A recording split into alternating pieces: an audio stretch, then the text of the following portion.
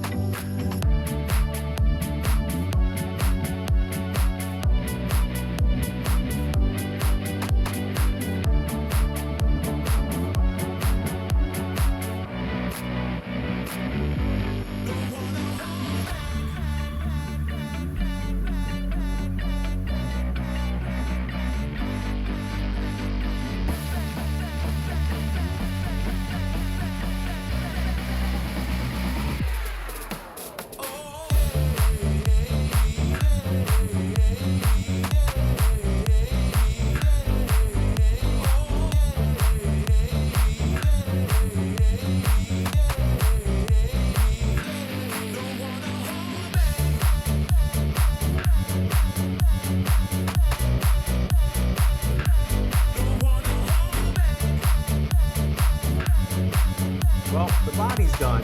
And for those of you who've worked with Tamiya PS46 before, you know that I already screwed up. That's right.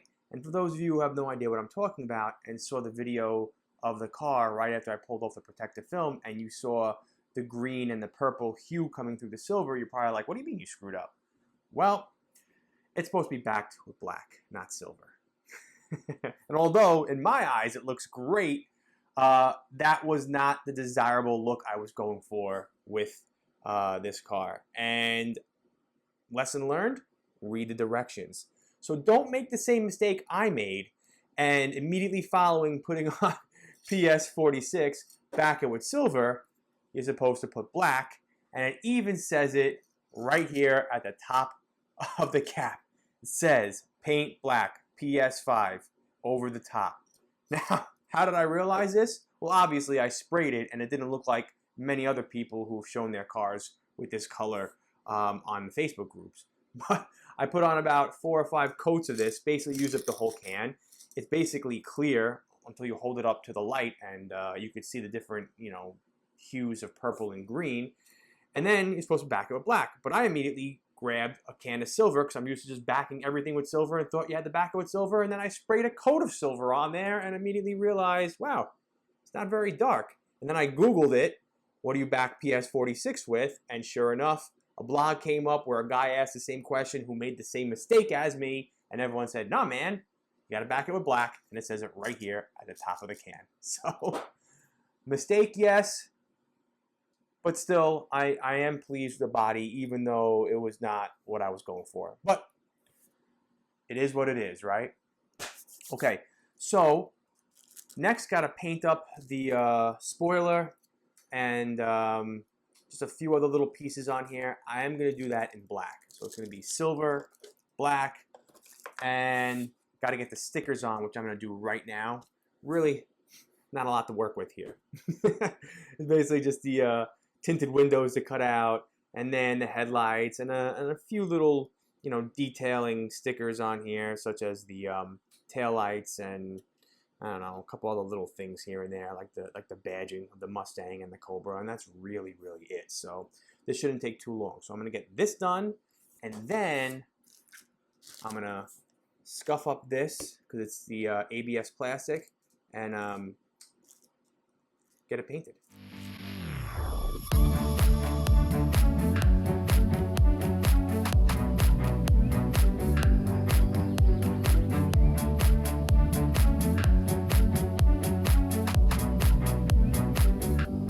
Now that I got the wing painted up and on and the stickers applied, this thing looks pretty darn sharp, considering that it wasn't even the desired color I was going for. But that's my fault, and I backed it with silver instead of black, but yet I could still see some of that iridescent purple and green coming through, so pretty cool. It doesn't really pop as much as it would have if it was backed with black, but still, I'm very pleased with how this turned out. It's actually growing on me. I really like this. All right, now comes the fun part. Getting it out to the parking lot and having some fun running it around, and wow, look at that. It's like a friggin' pogo stick. All right, I tell you, this thing needs some oil-filled shocks. But regardless, let's have some fun with it now. And I'll see you right back here after the running footage just to talk about the build, how it ran out there, and what are some aftermarket parts I'm going to throw on here to improve his performance. So I'll see you in a few.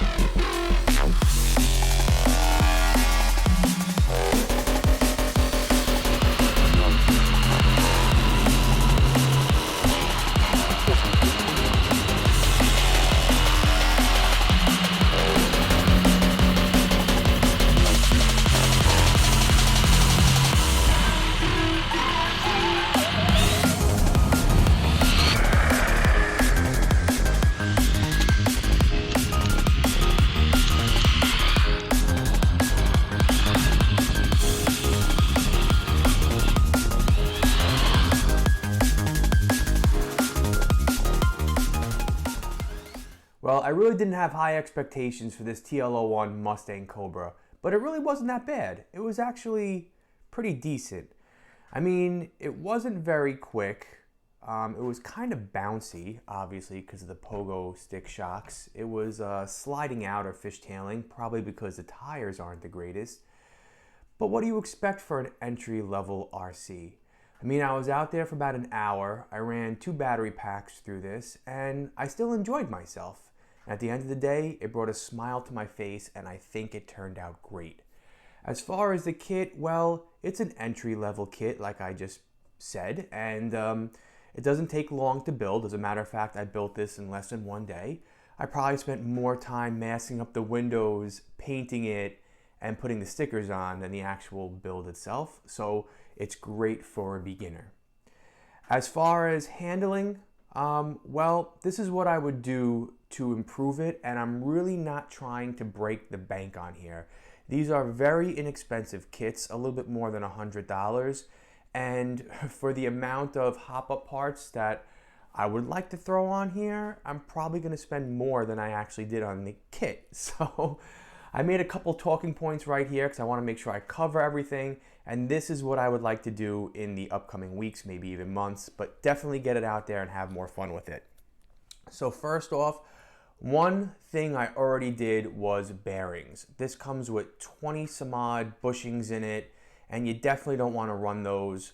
So I invested in some Fast Eddie's ball bearings, threw those in there, and it's really worth it. That's your #1 upgrade all the time.